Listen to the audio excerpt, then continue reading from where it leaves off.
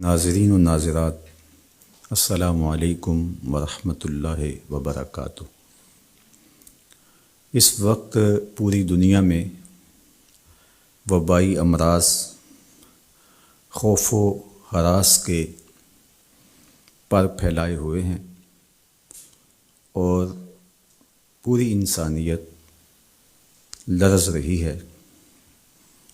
دنیا کے مختلف ممالک میں بہت ساری اموات واقع ہوئیں اور لاکھوں لوگ اس وبائی مرض کا شکار ہوئے۔ زندگی کتنی عزیز ہے اور موت کا خوف انسانی وجود پر کس طرح طاری ہوتا ہے، آج ہم میں سے ہر شخص اس کو محسوس کر رہا ہے۔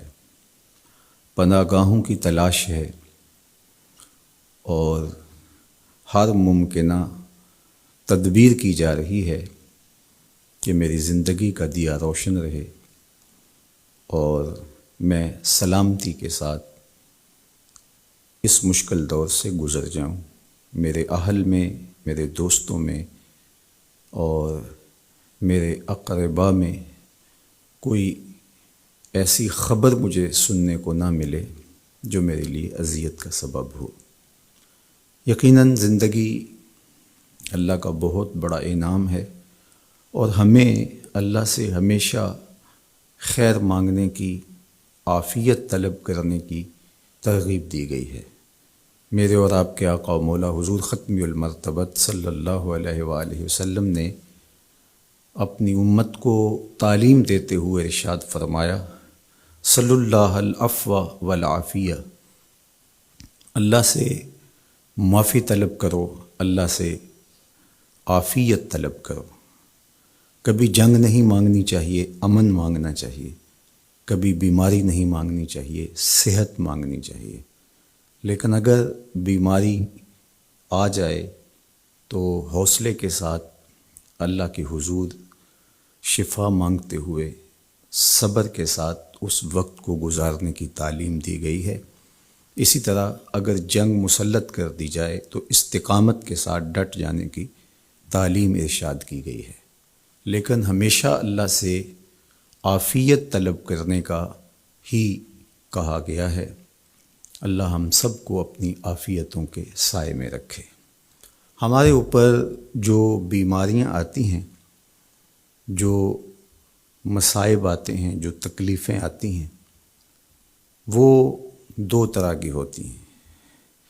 ایک تکلیفیں تو وہ ہیں جو ہمارے ان اعمال کا نتیجہ ہوتی ہیں جو ہم شب و روز کرتے ہیں۔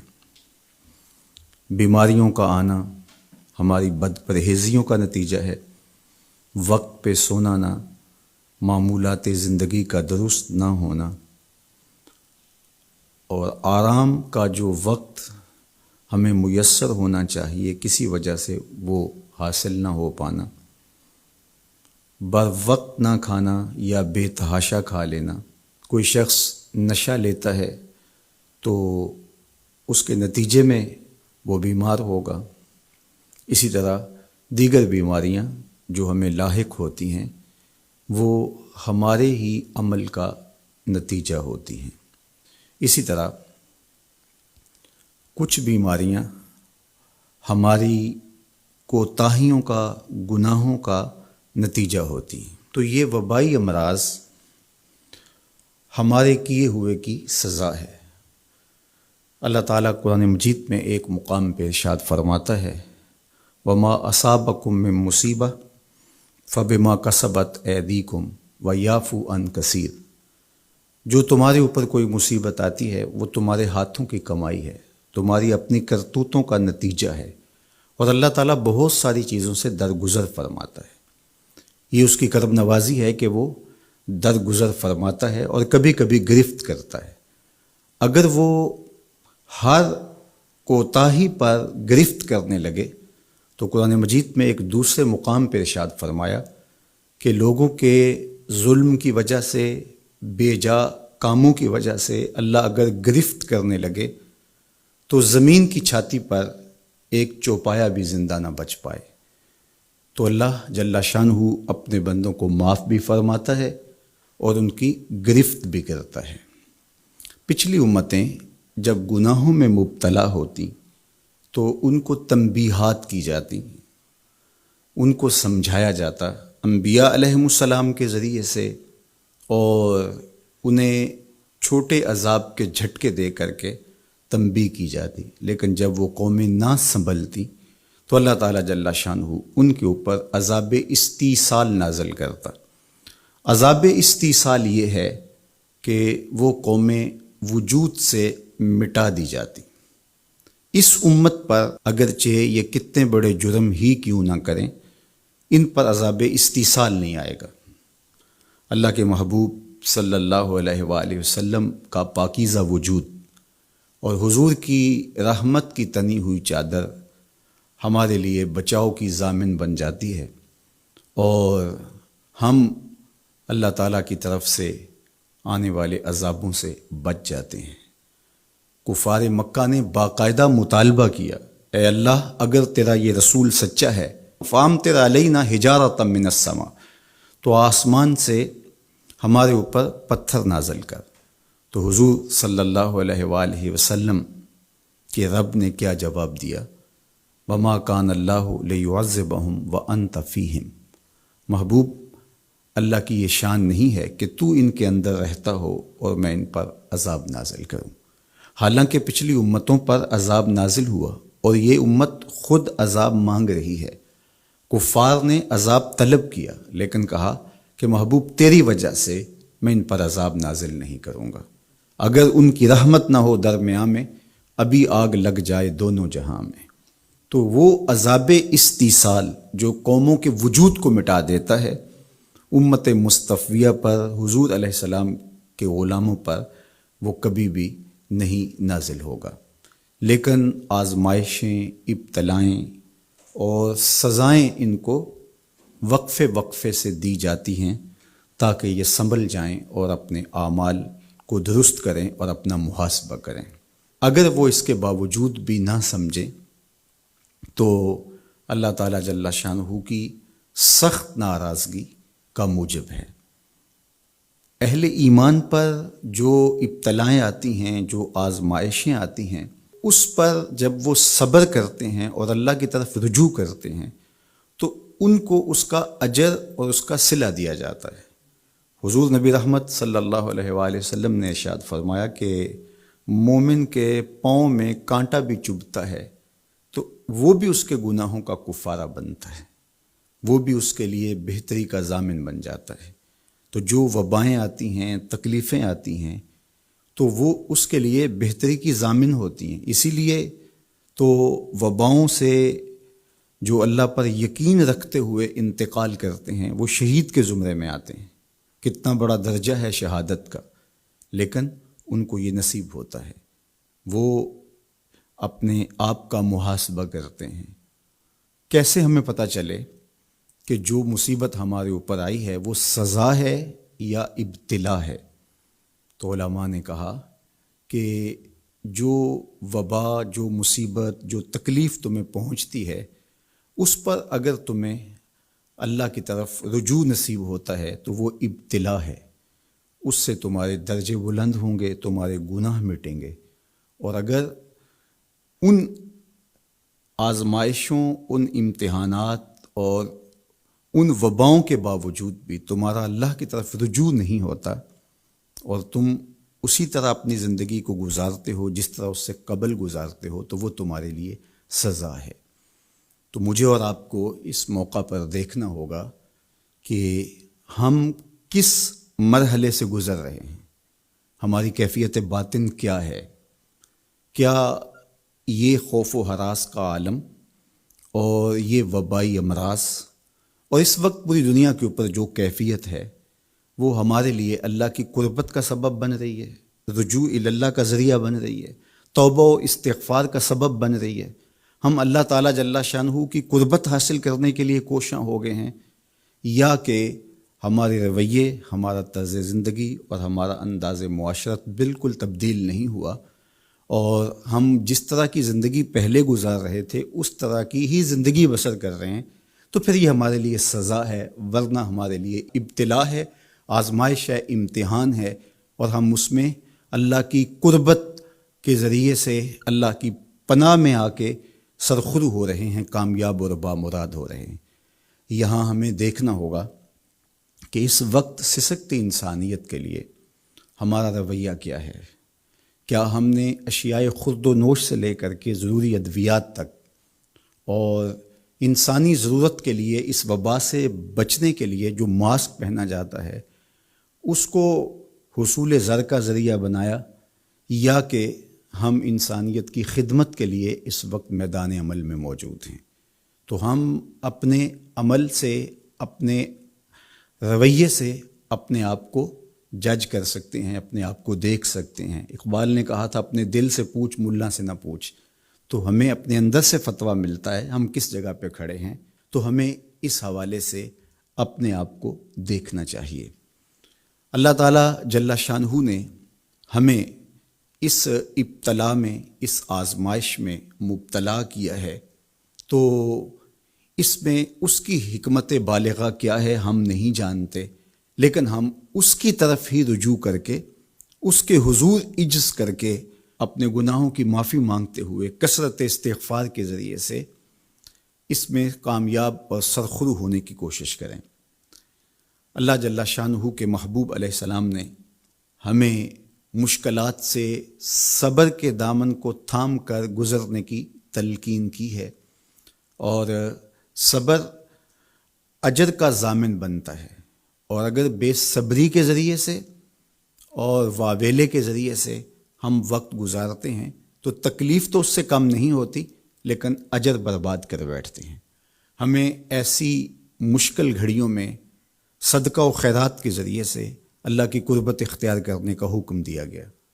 فرمایا گیا داو مرداکم بالصدقہ، اپنے مریضوں کا علاج صدقے سے کرو، تمہارے امراض کا علاج صدقے میں چھپا ہوا ہے۔ جب تم صدقہ کرتے ہو تو مشکلیں ٹلتی ہیں، تکلیفیں دور ہوتی ہیں، اور پھر تضرع کے ساتھ، زاری کے ساتھ، دعاؤں کے ساتھ، التجاؤں کے ساتھ اللہ کے حضور پیش ہو جاؤ۔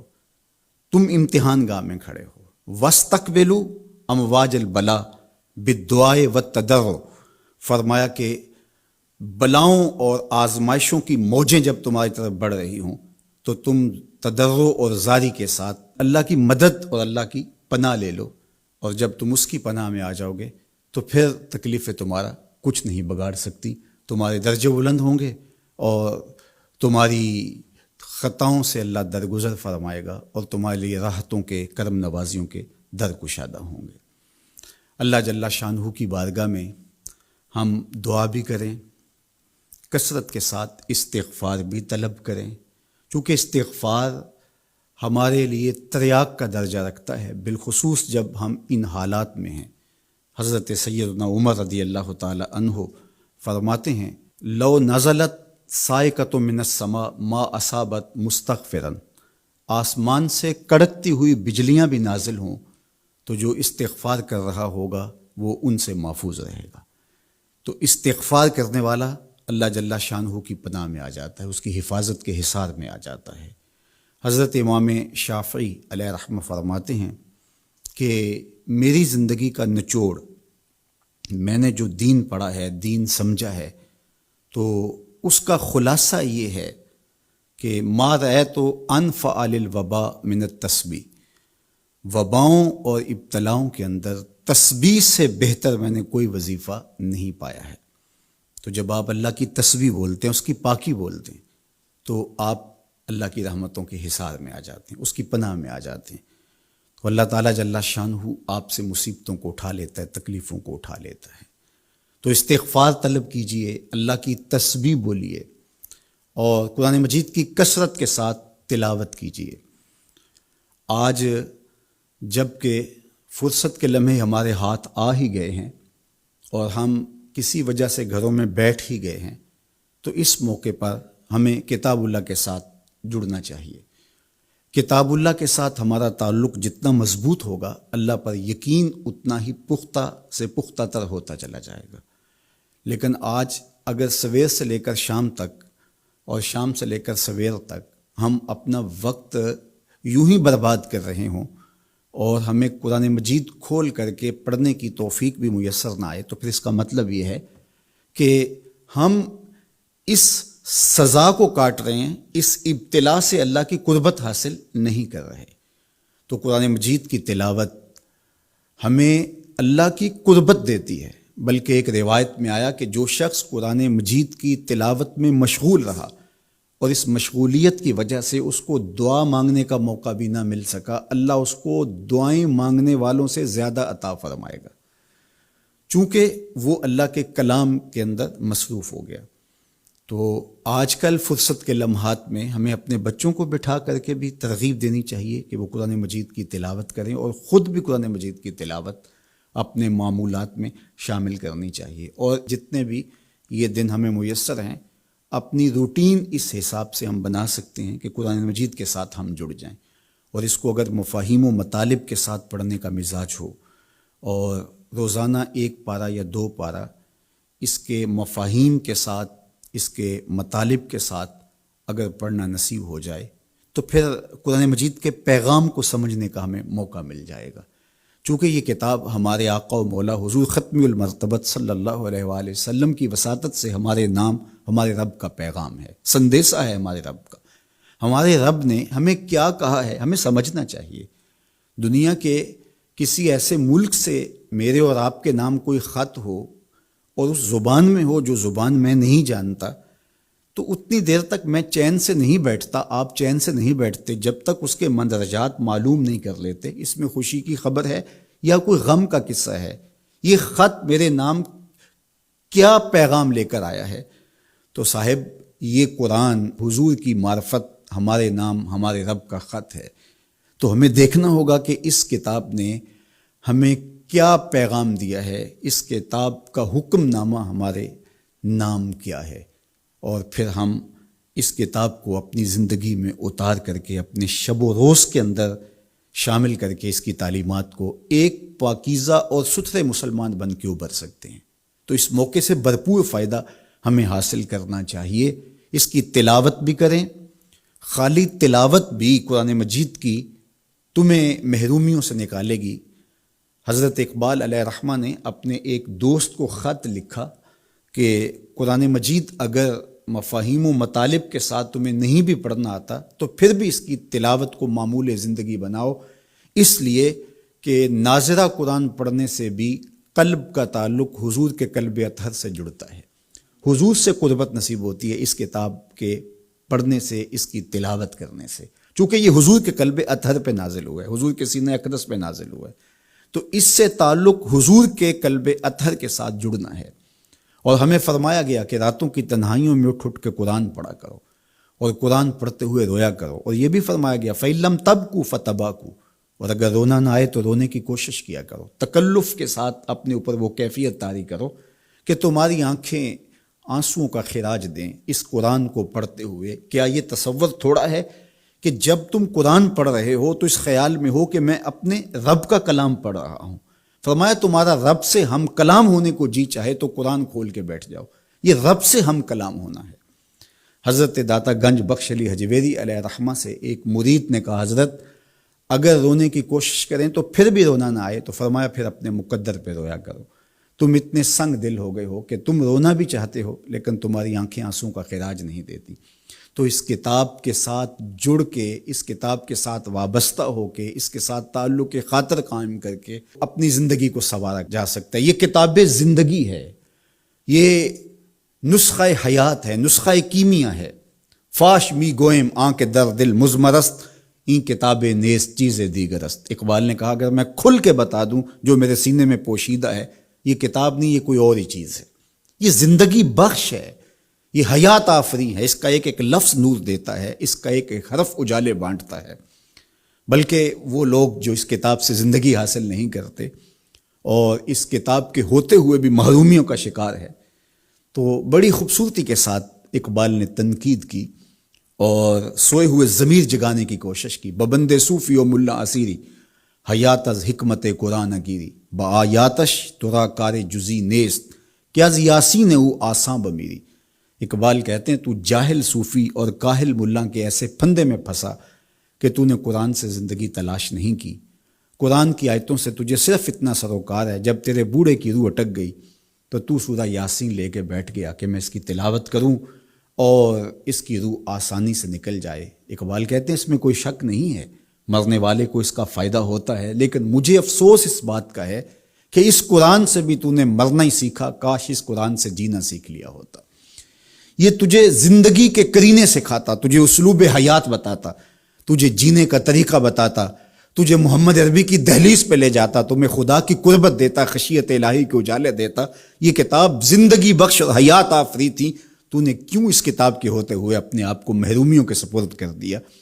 تو یہ موقع ہمیں ملا ہے زندگی کی گہما گہمی میں، زندگی کی چکا چوند میں، سویر سے شام تک، شام سے سویر تک بھاگم بھاگ لگی تھی.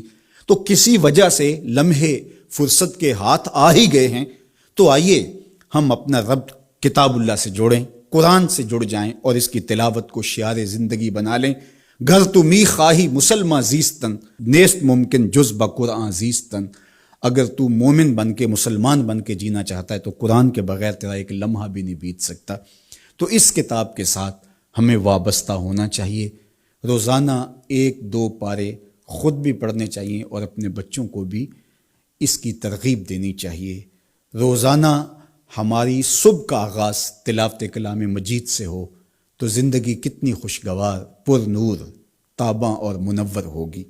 تو اس موقع پر میں مشورہ دوں گا اپنے جملہ ناظرین سے، سامعین سے، کہ وہ کتاب اللہ کے ساتھ جڑ جائیں اور یہ کتاب دیکھنا کہ کیسے موتی اچھال کے تمہاری گود میں ڈالتی ہے. یہ دنیا کی واحد کتاب ہے جو اپنے قاری کو اس کے نفسیات کے مطابق، اس کے مبلغ علم کے مطابق، اس کے ظرف کے مطابق اس کو عطا کرتی ہے. دنیا کی کتنی کتابیں ہیں جو ایک عام شخص کے لیے تو دلچسپ ہیں، لیکن جو علم کی بلندیوں پر اڑ رہا ہے تو اس کے لیے اس کتاب میں کچھ بھی نہیں ہوتا. اور کتنی کتابیں ہیں جو اہل علم کے لیے تو سرمایہ ہیں، لیکن جو نچلے درجے کا عام شخص ہے اس کو اس کی سمجھ ہی نہیں آتی. لیکن قرآن ایک ایسی کتاب ہے، اس کو جس طبقہ زندگی سے تعلق رکھنے والا پڑھے، چاہے وہ ایک عام شخص ہو اور چاہے وہ بہت بڑا مدقق ہو، جو بھی پڑھے قرآن اس کو اس کے ظرف کے مطابق فیض دیتا ہے. ہم ہوئے، تم ہوئے کہ میر ہوئے، اس کی زلفوں کے سب ہی اسیر ہوئے. یہ اس کتاب کا اعجاز ہے، اس کتاب کا کمال ہے، اور یہ اپنے پڑھنے والوں کے لیے آسان ہے، رشد و ہدایت کی ضامن ہے اور اللہ کی قربت کا ذریعہ ہے. ہمیں زندگی گزارنے کا اسلوب دیتی ہے اور حیات آفرین کتاب ہے. تو اس کے ساتھ ہمیں جڑنا چاہیے اور اس موقع سے ہمیں بھرپور فائدہ حاصل کرنا چاہیے. ایک بات میں یہ بھی عرض کرنا چاہوں گا کہ اس موقع پر خاص طور پہ ہمیں تھوڑا سا اپنا محاسبہ کرنے کے لیے بھی وقت مل گیا ہے. بھاگ دوڑ کے اندر سویر سے شام تک ہمیں اپنے آپ پر غور کرنے کا موقع نہیں ملا اور مقصد حیات کو سمجھنے کی فرصت نہیں ملی. ہم کیوں آئے تھے دنیا پر؟ مقصد زندگی کیا تھا؟ کیا رزق کمانا ہی مقصود حیات تھا؟ چلو حلال ہی صحیح، یہ تو کام چیونٹی بھی کرتی ہے، صبح اپنی بل سے نکلتی ہے، کسی کو ضرر نہیں دیتی، تکلیف نہیں پہنچاتی، حلال رزق جمع کرتی ہے اور شام تک وہ اس کام میں لگی رہتی ہے.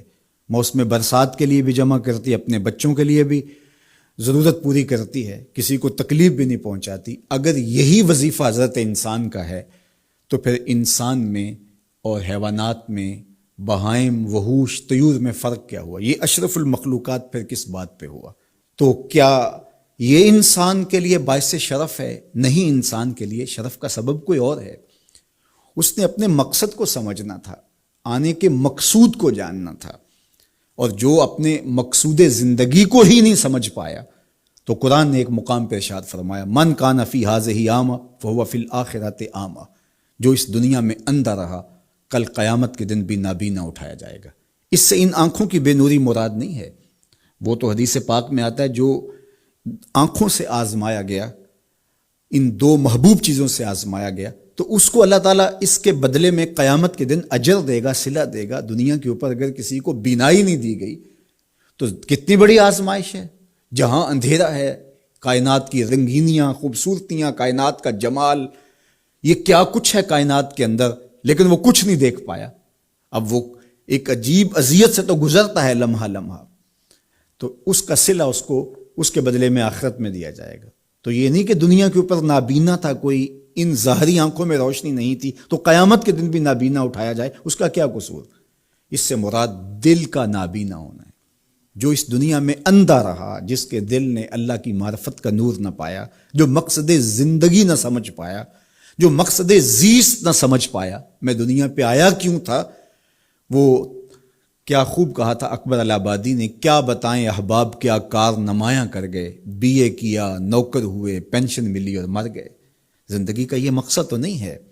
تو زندگی کسی کام کے لیے ہم اللہ کی معرفت حاصل کریں، اپنی زندگی کے مقصود اور مدعا کو سمجھیں کہ ہم کیوں تخلیق کیے گئے اور ہمیں فہم و فراست اور عقل و خرد سے کیوں نوازا گیا۔ تو وہ مقصد اگر ہم نے نہیں پایا تو اس موقع پہ ہمیں اپنا محاسبہ کر کے غور کرنا ہوگا اور اپنی زندگی کی راہوں کو درست کرنا ہوگا۔ اللہ کے حضور رجوع کریں، سچی توبہ کریں۔ آج یہ تھوڑے سے حالات دگرگوں ہوئے اور موت آنکھوں کے سامنے رقص کرتی ہوئی نظر آئی۔ ابھی تو ہم نے سوشل میڈیا پہ مختلف لوگوں کی موت کے رقص کو دیکھا، ہم نے الیکٹرانک میڈیا کے اوپر مختلف ممالک کی خبریں دیکھیں اور دل لرزنے لگے۔ اور جب اپنی آنکھوں کے سامنے ان لوگوں نے یہ مناظر دیکھے ہوں گے تو کیا عالم ان کا ہوگا اور کیا کیفیت ان پر بیتی ہوگی، اور کس کرب سے، کس اذیت سے وہ گزرے ہوں گے۔ اور ہزاروں انسانوں میں سے کوئی ایک شخص آغوش موت میں اترا، اور اس کی سسکیاں اور آخری لمحے اس کی تڑپ اور اس کی بے چینیاں اور اس کے خاندان کی محرومیاں اور ان کی آنکھوں سے برستے ہوئے آنسو دل لرزا دیتے ہیں۔ تو ذرا 2 لمحوں کے لیے تصور کر لیجئے کہ اربوں انسان ہیں، تو چند ہزار لوگ آغوش موت میں اترے تو ہمارا وجود لرزنے لگا، تو وہ لمحہ کتنا دردناک ہوگا جب یہ زمین بھی لپیٹی جا رہی ہوگی، جب آسمان بھی لپیٹا جا رہا ہوگا اور ہر ذی روح اس دنیا سے رخصت ہو رہا ہوگا، اور خوف قیامت اور قیامت کا وہ زلزلہ، وہ جھٹکا، اپنے اطراف میں دائیں بائیں آگے پیچھے لاشیں گرتی نظر آئیں گی، اور پھر جسموں کے پرزے اڑتے ہوئے دکھائی دیں گے۔ اذا زلزلت الارض زلزالها واخرجت الارض اثقالها وقال الانسان ما لها یومئذ تحدث اخبارها۔ وہ داروگیر کے لمحے، وہ ایک خوفناک چنگھاڑ اور چیخ، وہ اتنا دردناک لمحہ ہوگا کہ ہول قیامت سے پیدا ہوتے ہوئے بچے کے بال سفید ہو جائیں گے۔ وہ اتنا دردناک لمحہ ہوگا۔ تو وہ لمحہ بھی آنے والا ہے اور ہم سب لوگ آغوش موت میں اترنے والے ہیں۔ اگر اس وبا سے میں اور آپ بچ کے نکل بھی جاتے ہیں تو کیا موت سے ہم بچ پائیں گے؟ تو یہ ہمارے لیے ایک جھنجھوڑنے کا لمحہ ہے، ہمیں تنبیہ کی جا رہی ہے، یہ تازیانہ عبرت ہے ہمارے لیے، اور ہم اپنی آخرت کی بہتری کے لیے کوشش کر لیں اور دیکھیں کہ یہ لمحات زندگی کے اور یہ گھڑیاں جو آج ہمیں میسر ہیں، ایک وقت آئے گا یہ بھی میسر نہیں ہوں گی، اور اگر آج ہم نے عبرت حاصل نہ کی تو پھر سوائے ہاتھ ملنے کے کچھ نہیں ہوگا۔ وہ ایک فقیر تھا، بازار سے گزر رہا تھا تو لوگوں کو دنیا میں کھوئے ہوئے دیکھا تو دل میں رحم جاگا، تو ان کو سمجھایا کہ یہ سب کچھ دنیا ہی نہیں ہے، اس دنیا کے بعد بھی کوئی جہاں ہے، تم نے کسی کے حضور پیش ہونا ہے اور اپنے اعمال کی جواب دہی تمہارے کندھوں پہ ہے، تو آؤ اپنی آخرت کو یاد کرو اور اپنے رب سے تعلق جوڑ لو۔ لوگوں نے کہا جا بابا کام کر، تجھے کیا پتہ کہ دنیا کی لذتیں کیا ہیں اور ہم کس کام کاج میں لگے ہیں، جا اپنا کام کر۔ وہ شخص دل برداشتہ ہو گیا، وہاں کھڑا ہو کے آنسو بہانے لگا۔ کوئی شخص گزرتا ہوا رکا تو اس نے ایک شخص کو روتے ہوئے دیکھا تو رک کے کہنے لگا کہ کسی نے تجھے تنگ کیا ہے، کسی نے تیرے اوپر کوئی زیادتی کی ہے، تم کیوں رو رہے؟ اس نے کہا کسی نے کوئی زیادتی نہیں کی، بس ان کے رویے نے رلا دیا۔ کہا کیا ہوا؟ کہا گزر رہا تھا، ان کو دنیا میں کھوئے ہوئے دیکھا، دل میں خیال جاگا کہ ان بندوں کی اور رب کی صلح ہی نہ کروا دوں۔ تو کہا پھر کیا بنا؟ کہا وہ تو مان گیا تھا، یہی نہیں مانے۔ وہ تو کہتا تھا لے آ میری دہلیز پہ، میں سارے گناہ معاف کر دوں گا۔ التائب من الذنب کمن لا ذنب لہ، گناہ سے توبہ کرنے والا ایسا ہو جاتا ہے جس طرح اس نے گناہ کیا ہوا ہی نہیں۔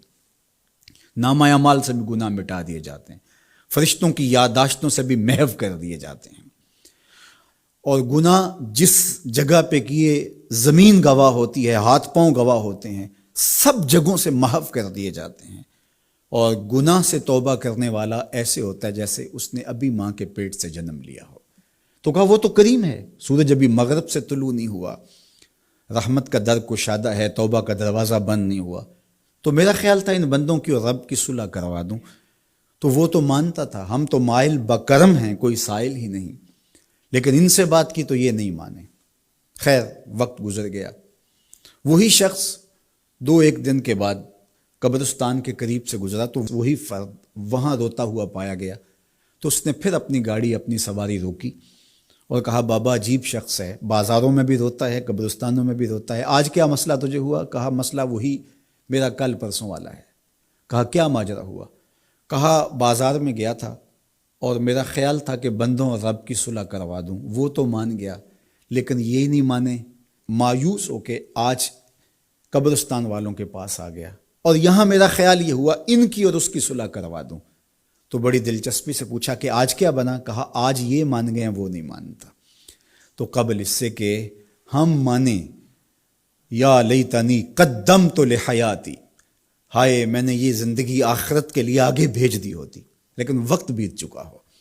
تو آج وقت ہے، وقت پر کافی ہے ایک قطرہ بھی آب خوش ہنگام کا، جل گیا جب کھیت برسا می تو پھر کس کام کا۔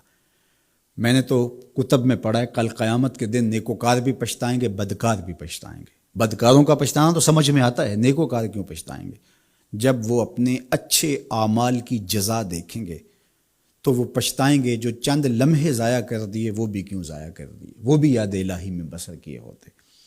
اور جنہوں نے اپنی زندگی گناہوں میں گزار دی، خواہشات نفس میں گزار دی، آرزوؤں اور تمناؤں میں بسر کر دی، دو دنی چار کے چکر میں پڑے رہے، دولت کے انبار لگ گئے، پھر بھی نفس رجا نہیں ہے، اندر کی خواہشات تشنا کی تشنا ہی رہیں، پھر بھی سیرابی نہیں ہوئی، کوزائے چشم حریصاں پر نشد، تا صدف کانے نشد پر در نشد۔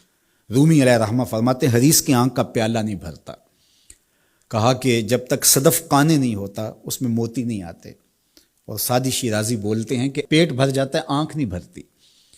تو ساری زندگی حال من مزید کے نعرے لگاتے رہے، جتنا بھی میسر ہوا پھر آگے بڑھتے رہے، آگے بڑھتے رہے، کسی جگہ پہ بھی فل سٹاپ نہ آیا، اور زندگی یوں گزرتی رہی، بسر ہوتی رہی، اور اپنی زندگی برباد کر دی، حتیٰ زرتم المقابر، یہاں تک کہ قبروں میں جا پہنچے۔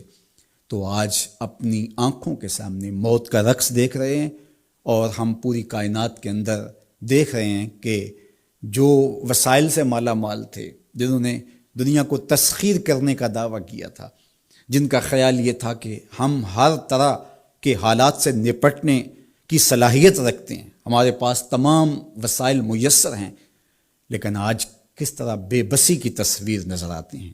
ایک چھوٹا سا وائرس ہے جو خوردبین سے دیکھا جاتا ہے، اور اس نے انسان کو بے بس کر دیا۔ تو انسان کو سمجھنا چاہیے کہ اللہ کی طاقت کتنی ہے۔ ایک تو قیامت کے دن جب لوگ آغوش موت میں ہوں گے، اور بڑے بڑے متکبرین، سرکش، متمردین، بادشاہ، شہنشاہ، کج کلا آغوش موت میں ہوں گے، تو اللہ تعالیٰ فرمائے گا آج کس کی بادشاہی ہے؟ تو کوئی نہیں بول سکے گا۔ اللہ فرمائے گا انا المالک، میں بادشاہ ہوں۔ فرمائے گا این المتکبرون، تکبر کرنے والے کہاں ہیں؟ تو کہاں ہوں گے تکبر کرنے والے؟ کوئی سر اٹھانے کے قابل نہیں ہوگا۔ اللہ فرمائے گا میں ہوں متکبر، کبریائی مجھی کو زیبا ہے۔ تو یہ کل جو ماننا ہے تو اچھا نہیں کہ آج ہی مان لیں اور اپنی زندگی کو اس کی راہوں پہ لگا لیں۔ تو یہ مختصر زندگی اللہ کی امانت ہے۔ اللہ جل شانہ ہمیں اس زندگی کو اس کے راستے میں لگانے کی توفیق دے۔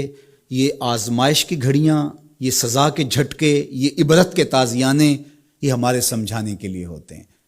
حضرت امام غزالی فرماتے ہیں یہ ڈوبتا ہوا سورج روز ہمیں بتاتا ہے کہ میاں زندگی پائیدار نہیں ہے، ایک دن تمہاری زندگی کا سورج بھی ڈوب جانا ہے۔ یہ پھیلی ہوئی قبریں، یہ جوانی سے بڑھاپے کی طرف بڑھتے ہوئے لوگ، یہ اٹھتے ہوئے جنازے، یہ سب کچھ تمہیں بتاتے ہیں۔ تم سمجھو اور اپنی زندگی کو خیر کی راہوں پہ ڈال لو۔ آج لمحہ ہے زندگی کا موجود لمحہ، اور آج کا پچھتاوا کل کی بہتری کی ضمانت ہوگا۔ کل کا پچھتاوا سوائے حسرت بڑھانے کے اور کچھ نہیں ہوگا۔ اللہ مجھے آپ کو زندگی کی اچھائیاں نصیب فرمائے۔ اج سا بھی نے کھلے راہ بھی نے، انج ٹوک انوکھڑے ٹوک دے نہیں، ٹر پویں تے پینڈے مک جاندے، گھر بیٹھے فاصلے مک دے نہیں۔ تو آج ایک ایک قدم بھی چلیں گے تو منزل تک پہنچ جائیں گے، لیکن کل یہ قدم شل ہو جائیں گے، یہ زباں بولنے سے بند ہو جائے گی۔ یہ دارالعمل ہے، وہ دارالجزا ہے، پھر دارالجزا میں عمل نہیں ہوگا، پھر پچھتاوا، پھر ڈاڈا پچھتاوا، سخت پچھتاوا، حسرت پہ حسرت، دکھ، اذیت۔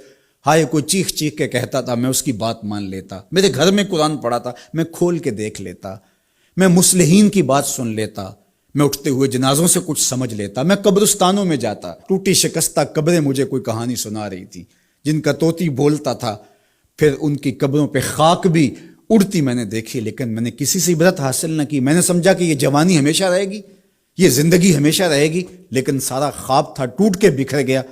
تو آج پچھتاوا ہے، تو کل جو پچھتانا ہے تو آج ہی پچھتا لیں، اور اپنی زندگی کو اللہ اور اس کے رسول کی راہوں پہ لے آئیں۔ اللہ مجھے آپ کو اپنی راہوں کا مسافر رکھے، اور زندگی کو حضور علیہ الصلاۃ والسلام کی اطاعت کے فرما برداری کے دائرے میں لے آئیں۔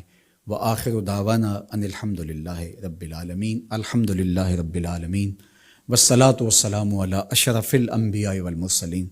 اللہ اٹھے ہوئے ہاتھ، پھیلی ہوئی جھولیاں اپنی رحمتوں سے بھر دے، بخت کی بہاریں نصیب فرما دے، مقدر کی خزائیں رخصت کر دے۔ جئیں تو تیرے لیے، مریں تو تیرے دین کے لیے، زندگی کی آخری ہچکی تک تیرے رسول کے وفادار رہیں۔ ہر علت، ہر قلت، ہر ذلت سے رہائی عطا کر دے، اپنے محبوب کے در کی گدائی عطا کر دے۔ نفس اور شیطان کے مکر و فریب سے، دجل و تلبیسات سے ہماری حفاظت فرما۔ اے اللہ ان وباؤں سے نجات عطا کر دے۔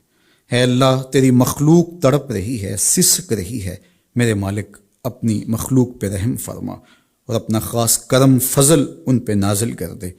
اے اللہ اس وبائی مرض سے نجات عطا کر دے، اپنا خاص کرم فضل اللہ امت مسلمہ کا مقسوم کر دے۔ اللہ میرے وطن کی خیر فرما، میرے ملک کو امن کے اجالے عطا کر دے۔ اللہ میرے ملک کی معیشت کو جمال عطا کر دے، خیر، خیریت، برکت، رحمت اور راحت ہمارا مقدور کر دے۔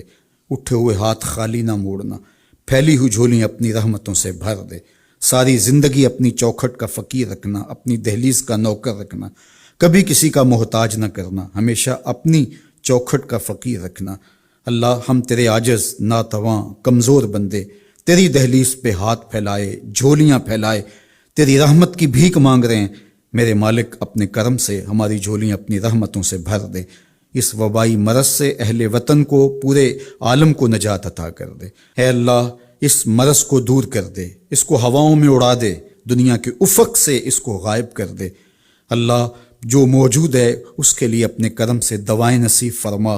اے اللہ اپنا خاص کرم فضل اس وطن پاکستان کے شامل حال فرما، جو مسیحا قوم کے اس وقت اس بیماری کے ساتھ نبرد آزما ہیں اور مشکل حالات کے اندر مریضوں کی دیکھ بھال کر رہے ہیں۔ اللہ ان ڈاکٹرز کو حفاظتوں کے حصار میں رکھنا، ہماری پاک فوج، ہماری پولیس اور ہمارے ادارے جس طرح اس مشکل گھڑی میں قوم کے ساتھ آ کھڑے ہوئے، اپنی جانوں کو ہتھیلیوں پہ رکھ کے اے اللہ ان کی حفاظت فرما، ان کے اہل و عیال کی حفاظت فرما، ان کے بچوں کی حفاظت فرما، ان کی نسلوں کو خوشبودار رکھنا اور اپنی پناہوں کا حصار عطا کرنا۔ اللہ میرے وطن میں نظام رسول کی بہاریں پیدا کر دینا، اللہ خیر اور بھلائی مقسوم کر دینا۔ اے اللہ سسکتی انسانیت کا یہ درد دیکھ کر کے دنیا کے جو کارپرداز ہیں ان کو یہ سوچنے کی توفیق دے کہ کشمیر میں، القدس میں اور دیگر بلاد اسلامیہ کے اندر سسکتی انسانیت کیسے وقت کاٹتی ہے، اور دنیا کے اوپر امن کے لیے پائیدار کوششیں کرنے کی توفیق عطا فرما۔ اللہ ہمارے اٹھے ہوئے ہاتھ خالی نہ موڑنا، جملہ ناظرین کی جتنی دعائیں ہیں اللہ اپنے کرم سے مستجاب فرمانا، بے اولادوں کی جھولیاں اولاد سے بھر دینا، دکھیوں کے دکھ دور فرمانا، پریشان حالوں کی پریشانیاں دور فرمانا، بیماروں کو شفا عطا کر دینا، بے اولادوں کی گودیاں اولاد سے ہری کر دینا، انہیں اولاد نرینہ بھی بخشنا، اولاد مادینہ بھی بخشنا۔